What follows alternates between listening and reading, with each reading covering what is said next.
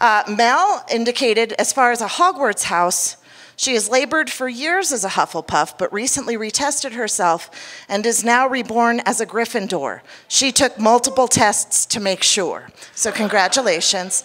And she's hilariously bad at playing video games on controllers newer than the original Nintendo because too many buttons hurt me, and same. So with that, please, a big round of applause for Mel.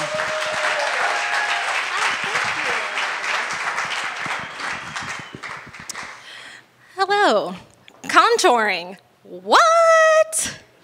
Simply put, it's the use of slightly lighter and darker matte makeup to trick the eye into seeing extreme shadows and contours. Get it? In the face.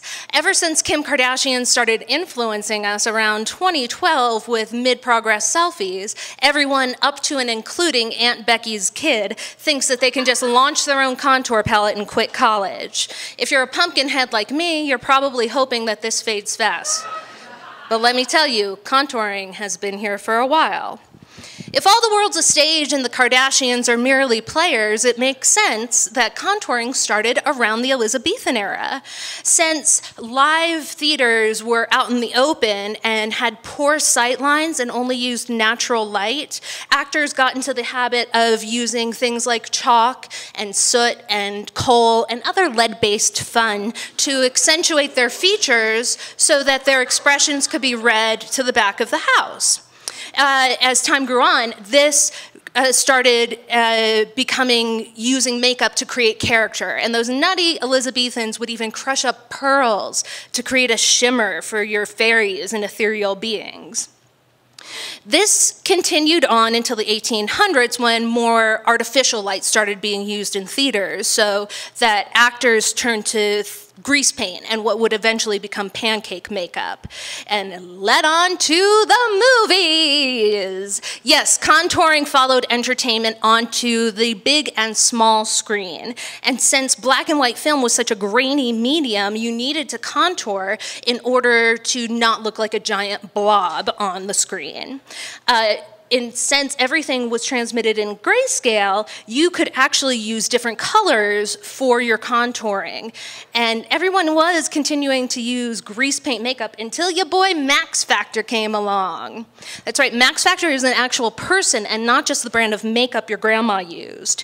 He started a cosmetology school, a Bible, and an entire line of makeup just for use on television. He took into consideration things like face shape, and would also start using rouge to create cheekbones instead of black or gray makeup, and also create a youthful glow. Your Hollywood heavy hitters, though, would still use contouring because once you've got a razor-sharp cheekbone, you don't go back. Now, to what do we owe most makeup trends? That's right, drag. Drag utilized contouring to the extreme to change the face shape in many ways, and parody femininity to the extreme. The emphasis was drawn from the jawline to the cheekbones with a slight highlight across the cheekbone. You're also going to highlight to make your eyes pop, highlight down the bridge of your nose, highlight your Cupid's bow, and your chin. So all of that glows and creates a more feminine air. While you're at it, let's fill out those lips, girl! And then everyone contours their nose because everybody thinks their nose is enormous, but yours isn't. It's cute as a button. RuPaul's makeup artist and collaborator, Matthew Anderson, says, out of extremities comes innovation. It's all washes away. It's all ephemera. It's got nothing to do with real life, but it's got a lot to do with the real life you want for yourself. Now, perhaps the most famous user of contouring prior to Kim K was the late, great Kevin Aucoin. Kevin Aucoin used contouring to completely transform celebrities into doppelgangers of celebrities from yesteryear. If you, like me, grew up in the late 90s checking Making Faces out of the library because there's no way your parents are buying a $50 makeup book, you knew that it was extraordinary how he could completely change people. But Kevin Aucoin still did not use contouring for everyday wear. It was an industry-only secret. So why are we wearing it every day now? Well, Kim Kardashian is bombarding us with mid-progress selfies on Instagram. She is selling the idea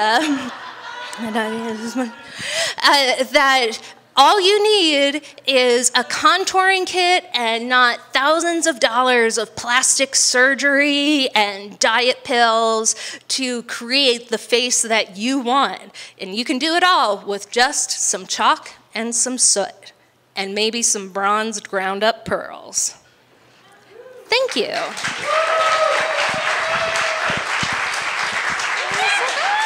Hugging. No, you did it. No, you did a good job. No, you did a good job.